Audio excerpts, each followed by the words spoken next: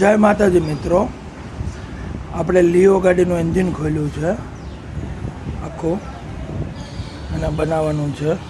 બધું ક્લિયર ખોલી નાખ્યું છે. હવે બધું સાફ સફાઈ કરવાની છે. અને હંમેશા ક્રેન્ક છે ને તે બેરિંગની અંદર ફિટ હોય. આની અંદર ડ્રીમ યોગા છે, લીવો છે, એની અંદર આપણે હથોડી મારીને બહાર કાઢવી નહીં. કારણ કે આપણે હથોડી અહીંયા મારીએ ને એટલે કૂશ વળી જાય, એટલે ક્રેન્ક ખરાબ થાય. એટલે આપણે લેટમાં સાથે લઈ જવાની.